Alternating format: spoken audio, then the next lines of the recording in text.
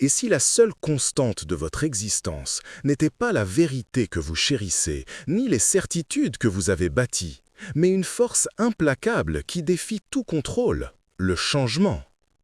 Depuis notre naissance, nous sommes programmés pour chercher la stabilité, le confort du connu.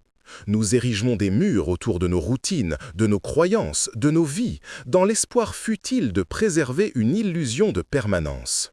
Pourtant, l'univers, la nature, l'histoire et même la science la plus récente nous hurlent une autre réalité. Tout est en flux. Les empires s'effondrent, les idéologies se métamorphosent, les technologies rendent l'obsolescence instantanée. Notre époque, plus que toute autre, est une symphonie cacophonique de bouleversements. Alors, pourquoi tant d'entre nous s'accrochent-ils désespérément à l'ancien, comme un nageur épuisé à une branche morte, tandis que le courant de l'évolution nous emporte inexorablement? Aujourd'hui, nous allons déchirer ce voile d'illusion. Nous allons plonger profondément dans le concept d'adaptabilité, non pas comme une simple capacité à survivre, mais comme la compétence ultime, le véritable super-pouvoir du XXIe siècle. Celle qui ne se contente pas de vous maintenir à flot, mais vous propulse vers de nouvelles opportunités, vers une croissance que vous n'auriez jamais cru possible. Nous explorerons pourquoi notre cerveau est câblé pour résister, comment cette résistance peut nous paralyser et surtout, comment nous pouvons recâbler nos esprits. Nous analyserons des exemples concrets, des stratégies éprouvées et des modèles mentaux qui vous permettront de naviguer dans les eaux tumultueuses du changement, non pas avec peur, mais avec une curiosité audacieuse. Préparez-vous à remettre en question ce que vous savez, à désapprendre pour mieux apprendre et à transformer chaque obstacle en tremplin. C'est le moment de se réveiller. Depuis notre enfance, une quête insidieuse nous anime, celle de la stabilité. Nous aspirons à des repères immuables, à des routines confortables, à la prévisibilité de nos lendemains. Que ce soit dans nos carrières, nos relations ou même nos convictions les plus profondes, nous bâtissons des forteresses psychologiques, espérant que les murs épais de nos habitudes et de nos certitudes nous prémuniront des tempêtes. Nous voulons croire que ce qui est aujourd'hui sera demain et que le connu est un rempart inébranlable contre l'inconnu. Cette aspiration, profondément humaine, nous pousse à nous attacher à l'idée que nous pouvons, d'une manière ou d'une autre, contrôler notre environnement et figer le cours du temps. Pourtant, cette quête de permanence est au fond une illusion splendide et dangereuse. La réalité nous hurle que la seule véritable constante est le changement lui-même. Regardez l'histoire. Les empires, qu'ils soient romains ou ottomans, se sont effondrés, balayés par des forces qu'ils n'avaient pas su anticiper ou intégrer. Les technologies qui semblaient révolutionnaires il y a une décennie sont aujourd'hui obsolètes. La nature elle-même est un balai incessant d'évolution. Les saisons se succèdent, les montagnes s'érodent, de nouvelles espèces apparaissent tandis que d'autres disparaissent. Même notre propre corps est en perpétuel renouvellement cellulaire, et nos pensées et nos émotions sont un flux constant. Rien, absolument rien n'est statique, même si notre esprit désire ardemment le contraire. C'est ici que la sagesse ancestrale de philosophes comme Marc Aurèle résonne avec une puissance particulière. Il affirmait avec une clarté désarmante « Ce n'est pas les choses qui troublent les hommes, mais l'opinion qu'ils s'en font ». Cette maxime stoïcienne est une clé de voûte pour comprendre notre rapport au changement. Le bouleversement lui-même n'est qu'un événement neutre, un fait brut de l'existence. Ce qui nous fait souffrir, ce qui génère l'anxiété et la résistance, c'est le jugement que nous portons sur ce bouleversement. Nous étiquetons le changement comme mauvais, déstabilisant, menaçant. C'est cette opinion, cette interprétation subjective qui transforme une transition inévitable en une source de tourment. Notre attachement à l'illusion de la stabilité nous rend paradoxalement vulnérables. En nous cramponnant désespérément à l'ancien, nous devenons rigides, incapables de plier sans rompre. Chaque écart par rapport à notre scénario idéal de vie devient une catastrophe. Nous dépensons une énergie folle à résister à ce qui est inévitable. Nous luttons contre le courant au lieu d'apprendre à naviguer avec lui. Cette résistance nous aveugle aux nouvelles opportunités que chaque transformation recèle. Elle nous enferme dans un état de stagnation, d'anxiété et nous prive de la vitalité que procurent l'adaptation et la réinvention. En voulant tout figer, nous nous condamnons à une forme de mort lente, oubliant que la vie, par essence, est mouvement. Si le premier a mis en lumière l'illusion d'une stabilité et l'omniprésence du changement, il est crucial d'explorer maintenant les répercussions profondes de notre résistance à cette vérité fondamentale. Pourquoi, face à l'inéluctable, nous accrochons-nous si souvent à l'ancien avec une telle ferveur? Et quel est le coût psychologique et existentiel de ce refus d'adaptation? La réponse se trouve, une fois encore, dans cette sagesse millénaire. Ce n'est pas les choses qui troublent les hommes, mais l'opinion qu'ils s'en font. Notre souffrance n'est pas causée par le changement lui-même, mais par la manière dont nous choisissons de l'interpréter. Au niveau neurologique, notre cerveau est câblé pour la survie. Face à l'inconnu, l'amygdale, notre centre de traitement des émotions primaires, s'active, interprétant le changement comme une menace potentielle. Cela déclenche une cascade de réactions, la peur, l'anxiété et souvent la fameuse réponse de lutte, fuite ou figement. Nous nous retrouvons alors dans un état de stress chronique, où notre système nerveux est constamment en alerte. Ce n'est pas le nouveau projet au travail, la perte d'un emploi ou la fin d'une relation qui nous perturbe intrinsèquement. C'est notre opinion que ces événements sont catastrophiques, insupportables ou qu'ils représentent une perte irréversible de sécurité. Cette perception déformée maintient notre esprit prisonnier, nous empêchant de voir au-delà de la menace immédiate. Les conséquences individuelles de cette résistance sont dévastatrices. L'anxiété devient un compagnon constant, sapant notre énergie et notre capacité de concentration. La stagnation s'installe, car refuser le changement, c'est refuser d'apprendre, de grandir, de se réinventer. Combien d'individus restent dans des emplois qui les ennuient, des relations toxiques ou des modes de vie obsolètes par pure peur de l'incertitude? Cette inertie mène souvent à un épuisement professionnel, un burn-out, où l'énergie dépensée à lutter contre le courant finit par nous vider de toute substance. Le sens même de notre existence peut se diluer lorsque les piliers de notre identité, souvent construits sur des certitudes passées, s'écroulent sans que nous ayons développé les outils pour en bâtir de nouveaux. Nous nous isolons car nos perspectives rigides nous empêchent de nous connecter à ceux qui osent embrasser la fluidité de la vie. Au niveau collectif, les sociétés et les organisations qui refusent de s'adapter subissent un sort similaire. Des entreprises géantes se sont effondrées parce qu'elles ont ignoré les signaux de changement technologique ou de marché. Des cultures entières ont périclité en s'accrochant à des traditions dépassées face à l'évolution du monde.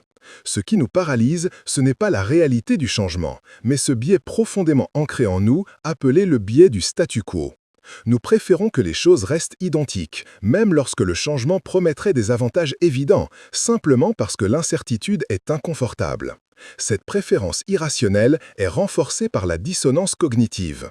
Quand une nouvelle information, un changement inévitable, entre en conflit avec nos croyances préexistantes, la stabilité est meilleure, nous avons tendance à rejeter l'information nouvelle ou à la réinterpréter pour préserver notre cohérence interne. Ce processus nous pousse à justifier notre inertie, à blâmer les circonstances extérieures et à renforcer cette opinion erronée que le changement est intrinsèquement mauvais. En fin de compte, la résistance au changement nous coûte bien plus que nous ne l'imaginons. Elle ne nous protège pas, elle nous rend fragiles. Elle ne nous préserve pas, elle nous pétrifie. Elle nous prive de notre capacité d'évoluer et de la joie inhérente à la découverte de nouvelles facettes de nous-mêmes. Le message de Marc Aurèle n'est pas une simple observation, c'est un appel à l'action. Il nous exhorte à diriger notre énergie non pas vers la vaine tentative de contrôler les événements extérieurs qui échappent en grande partie à notre emprise, mais vers la maîtrise de notre propre esprit, de notre perception et de l'opinion que nous nous faisons de ce monde en perpétuel mouvement. C'est en cela que réside la véritable puissance. Ayant exploré la profondeur du coup psychologique de notre résistance au changement et la manière dont notre opinion sur les événements extérieurs nous piège, il est temps maintenant de déconstruire et de redéfinir ce que signifie réellement l'adaptabilité. Car trop souvent, nous réduisons ce concept à une simple capacité à survivre, à encaisser les coups ou à rebondir. Mais une telle vision, aussi louable soit-elle, est insuffisante. L'adaptabilité, telle que nous allons l'aborder ici, est bien plus qu'une survie passive. C'est un moteur actif de prospérité, une stratégie consciente pour non seulement naviguer les turbulences, mais les transformer en tremplin pour une croissance exponentielle. L'adaptabilité n'est pas la résilience, même si les deux concepts sont étroitement liés. La résilience, c'est la capacité à revenir à son état initial après un choc. C'est le roseau qui plie et se redresse. L'adaptabilité, c'est aller au-delà. C'est la capacité à se transformer, à évoluer, à s'améliorer en réponse au changement. C'est le roseau qui non seulement plie, mais qui, en se redressant, a trouvé une nouvelle orientation, a renforcé ses racines ou a appris à mieux capter la lumière. C'est une démarche proactive qui embrasse l'incertitude non pas comme une menace, mais comme un laboratoire permanent d'apprentissage et de réinvention. C'est en cela que réside la véritable puissance de la perspective stoïcienne. Puisque nous ne pouvons contrôler les événements, notre liberté réside dans la maîtrise de notre jugement et de notre réponse. Cette redéfinition transforme l'adaptabilité en un catalyseur puissant pour l'innovation, la créativité et l'évolution personnelle profonde. Si nous nous ouvrons au fait que ce n'est pas la chose qui me trouble, mais l'opinion que je m'en fais, alors chaque bouleversement devient une opportunité de réévaluer nos méthodes, de questionner nos paradigmes et d'inventer de nouvelles solutions. La créativité est étouffée par la rigidité et encouragée par la fluidité. Lorsque les anciennes méthodes ne fonctionnent plus, l'adaptable n'est pas paralysé. Il est stimulé à chercher de nouvelles voies, à expérimenter, à innover. Les plus grandes découvertes et les percées les plus significatives de l'histoire humaine sont souvent nées de la nécessité d'adapter nos approches face à des problèmes inédits ou à des changements de circonstances. De même, l'adaptabilité est intrinsèquement liée au développement de la pensée critique. Pour modifier notre regard sur la situation, nous devons d'abord être capables d'analyser cette situation sans le filtre de nos préjugés ou de nos peurs. Cela exige de questionner nos propres hypothèses, de déconstruire les récits que nous nous racontons sur le changement et d'évaluer les faits avec objectivité. C'est cette capacité à examiner la situation sous différents angles, à anticiper les conséquences et à envisager de multiples solutions qui nous permet de passer d'une réaction émotionnelle à une réponse stratégique et éclairée. La pensée critique est l'outil qui nous aide à forger une opinion plus juste et plus utile des événements. Enfin, l'adaptabilité est une pierre indispensable de l'autonomie individuelle. L'individu adaptable n'est pas une victime des circonstances, ballotté par les vents du destin. Il est un architecte de sa propre vie, conscient que s'il ne peut pas toujours contrôler les événements extérieurs, il a un pouvoir absolu sur sa réaction interne et l'orientation qu'il donne à son existence. C'est l'essence même du stoïcisme, concentrer son énergie sur ce qui est en son pouvoir, nos jugements, nos intentions, nos actions, plutôt que sur ce qui ne l'est pas. En cultivant cette compétence, nous cessons d'être simples observateurs passifs des changements pour devenir des acteurs conscients, capables de transformer les défis en leviers de progression. L'adaptabilité, c'est la liberté de se réinventer encore et toujours et de trouver une force inattendue dans la danse perpétuelle du monde. Nous avons défini l'adaptabilité comme un art de prospérité, non de simple survie, ancré dans la maîtrise de notre regard sur les événements. Mais comment cela se manifeste-t-il concrètement?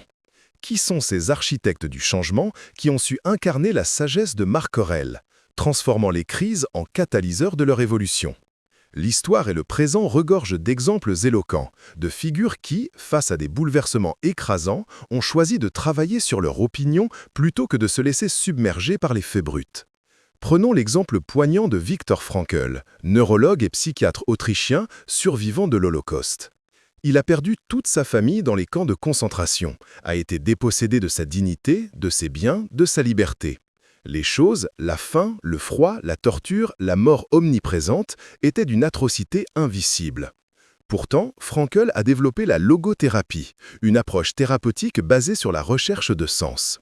Il a observé que ceux qui survivaient le mieux n'étaient pas les plus forts physiquement, mais ceux qui parvenaient à trouver un sens à leur souffrance, une raison d'être même au cœur de l'abjection. Son message central, qui résonne avec une force stoïcienne, est que le dernier des libertés humaines est de choisir son attitude dans n'importe quel ensemble de circonstances. Il ne pouvait pas changer les atrocités du camp, mais il pouvait changer son opinion sur la situation, son interprétation et même y trouver un sens, transformant l'horreur en une quête de résilience spirituelle. Il a travaillé sur son regard, et cela lui a donné une force intérieure inébranlable. Un autre exemple d'adaptation magistrale nous vient de l'après-Deuxième Guerre mondiale.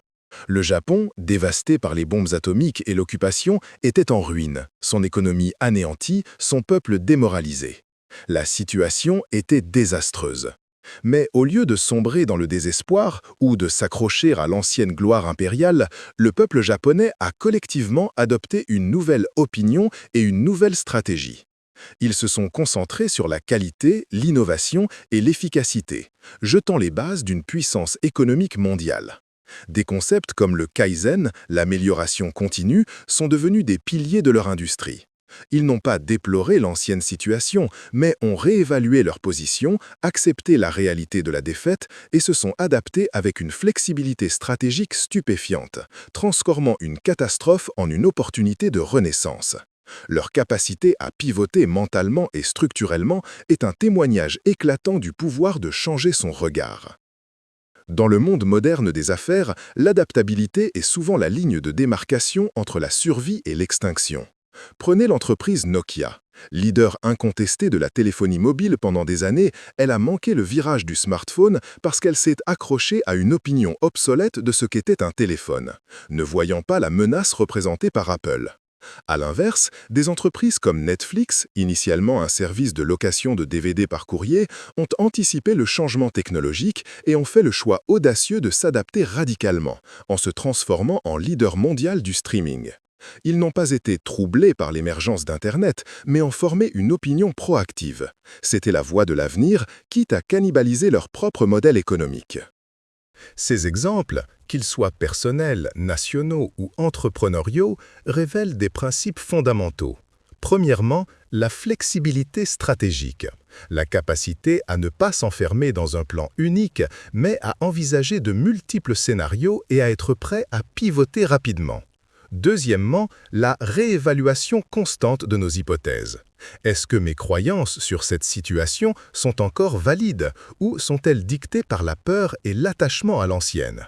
Troisièmement, la capacité à anticiper, sans être paralysé par l'anticipation. Reconnaître les signaux faibles du changement sans succomber à l'anxiété. Enfin, et c'est le plus important, une concentration stoïcienne sur notre cercle d'influence.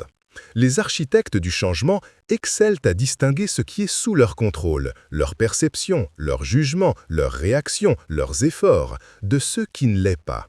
C'est en investissant toute leur énergie dans ce premier cercle qu'ils parviennent à forger une opinion qui les propulse plutôt qu'une qui les enchaîne.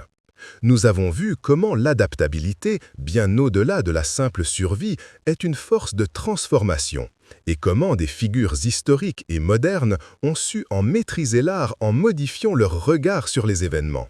Mais la question fondamentale demeure. Comment pouvons-nous, chacun de nous, cultiver cette compétence essentielle dans notre propre vie? Comment pouvons-nous développer notre propre boîte à outils d'adaptation pour naviguer les turbulences avec sagesse et efficacité en appliquant concrètement la leçon de Marc Aurèle? La première étape, essentielle, est de cultiver la pleine conscience et l'auto-observation. Avant de pouvoir changer notre opinion, nous devons d'abord prendre conscience de l'opinion que nous avons. Lorsque le changement frappe, notre première réaction est souvent émotionnelle. Peur, colère, frustration. Plutôt que de nous laisser emporter, faisons une pause. Observons nos pensées. Quels jugements immédiats formulons-nous sur la situation? Est-ce que nous la qualifions d'horrible, d'injuste, d'impossible? Cette observation sans jugement est la première brique de l'adaptabilité. Elle nous permet de créer une distance entre l'événement brut et notre interprétation, nous donnant l'espace nécessaire pour choisir une opinion plus constructive. C'est l'essence du stoïcisme, ne pas réagir impulsivement aux choses, mais insérer un moment de réflexion avant d'y apposer notre opinion. Deuxièmement, il est vital de développer un esprit de croissance ou growth mindset. Cette notion, popularisée par Carol Dweck, contraste avec l'esprit figé, fixed mindset. Un esprit figé croit que nos capacités sont fixes et que le changement est une menace pour nos compétences établies. Un esprit de croissance, en revanche, perçoit les défis et les changements comme des opportunités d'apprendre et de développer de nouvelles capacités. Si nous adoptons l'opinion que chaque obstacle est une chance de grandir, alors la peur de l'inconnu diminue. Nous devenons curieux, explorateurs. Au lieu de nous dire « je ne peux pas faire ça », nous nous demandons « comment puis-je apprendre à faire ça ?» Cette curiosité insatiable pour l'inconnu est le moteur qui transforme l'incertitude en terreau fertile pour l'innovation personnelle. Troisièmement, nous devons apprendre à désapprendre. Nos croyances, nos méthodes, nos habitudes ont été utiles à un moment donné, mais le monde évolue. S'accrocher à ce qui a fonctionné hier peut être la plus grande entrave à ce qui réussira demain. Désapprendre ne signifie pas effacer nos connaissances, mais être capable de déconstruire nos cadres mentaux obsolètes, de remettre en question nos dogmes et d'être ouvert à de nouvelles façons de penser et d'agir. C'est le processus par lequel nous abandonnons une opinion qui n'est plus pertinente pour en adopter une nouvelle. Cela demande de l'humilité, mais c'est le seul moyen de reconstruire et d'innover face aux réalités changeantes. Quatrièmement, pour gérer l'incertitude, nous avons besoin de planification flexible et d'expérimentation constante. L'adaptabilité ne signifie pas l'absence de plan, mais la capacité à avoir des plans B, C et D et à les réviser en permanence. Plutôt que de s'engager dans une voie unique et rigide, nous devons envisager des approches multiples et être prêts à tester des idées, à collecter des retours d'informations rapides et à ajuster notre cap. Cela implique d'adopter une mentalité de petits pas, de prototypage, où l'échec n'est pas une défaite, mais une donnée précieuse qui affine notre opinion sur la meilleure façon d'avancer. La pensée systémique, qui nous permet de voir comment les différentes parties d'un problème sont interconnectées, est également cruciale pour comprendre les ramifications du changement et anticiper ses effets.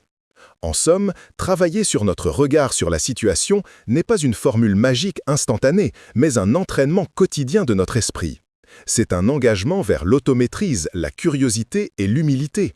En appliquant ces techniques, nous ne nous contentons pas de réagir aux changements que la vie nous impose. Nous devenons les maîtres de notre propre perception, capables de choisir l'opinion qui nous sert le mieux, transformant ainsi chaque défi en une opportunité de nous élever.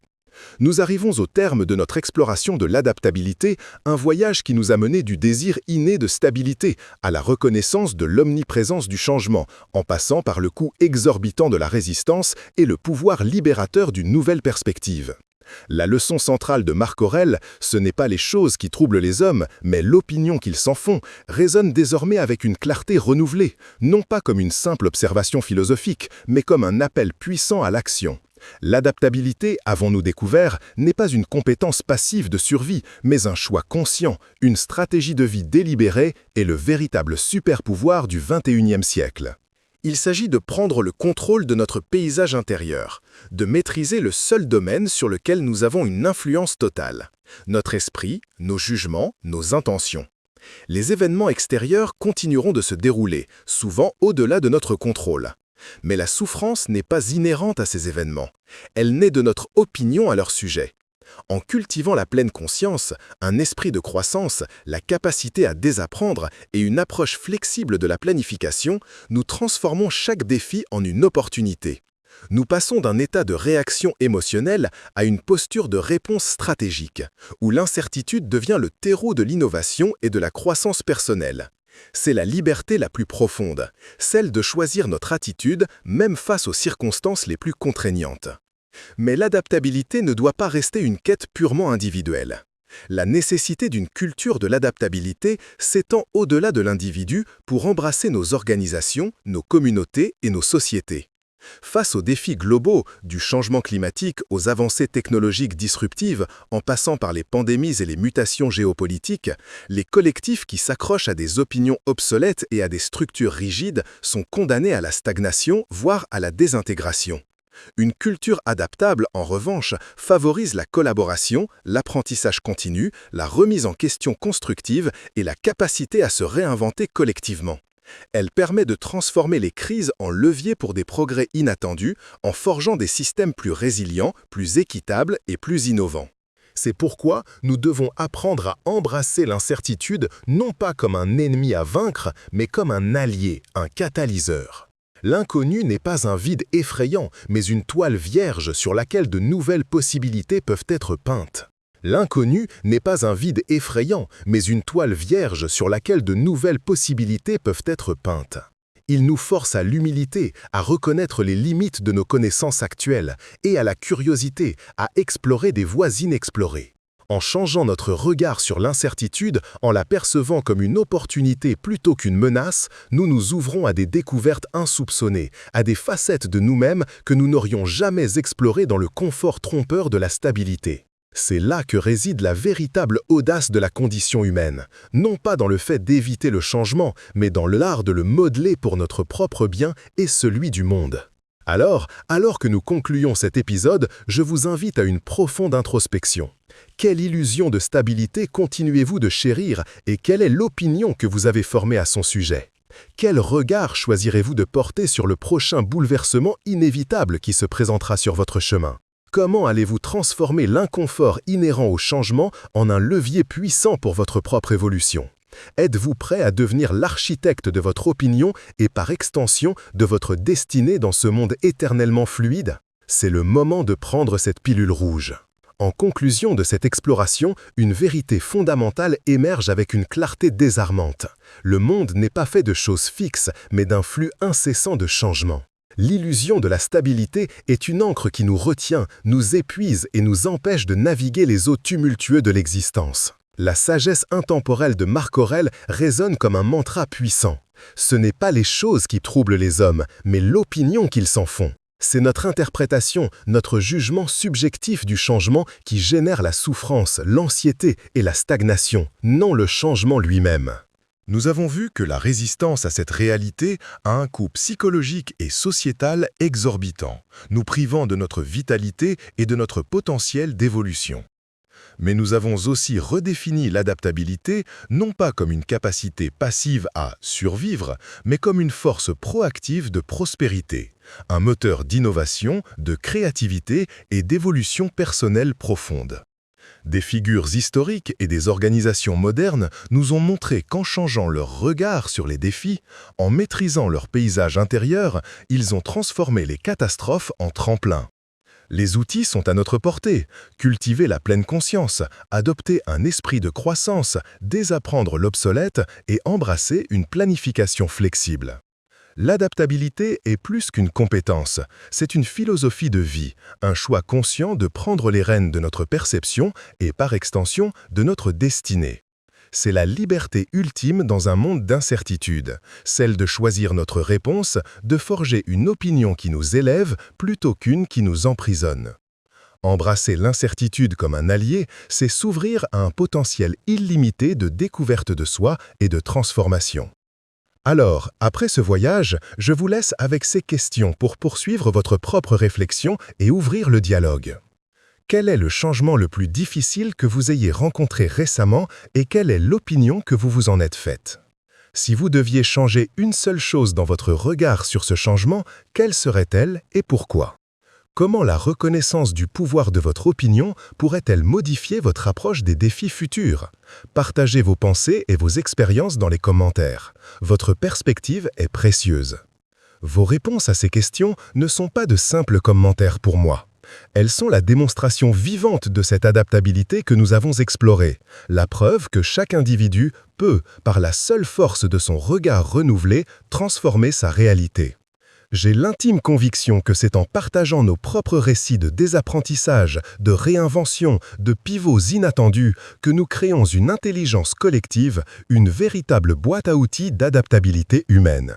Alors, si cette exploration a résonné en vous, si elle a allumé une étincelle ou même bousculé quelques-unes de vos certitudes, je vous invite chaleureusement à rejoindre cette conversation. Vos expériences, vos questionnements, vos propres stratégies pour faire évoluer votre opinion face au changement sont d'une valeur inestimable pour toute la communauté. N'hésitez pas à laisser un commentaire ci-dessous, à partager cette vidéo avec ceux qui, comme nous, cherchent à naviguer le futur avec plus de maîtrise.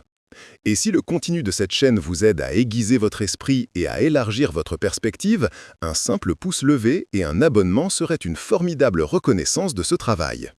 Ensemble, continuons à sonder les profondeurs de ce qui nous rend fondamentalement humains, notre capacité infinie à nous adapter.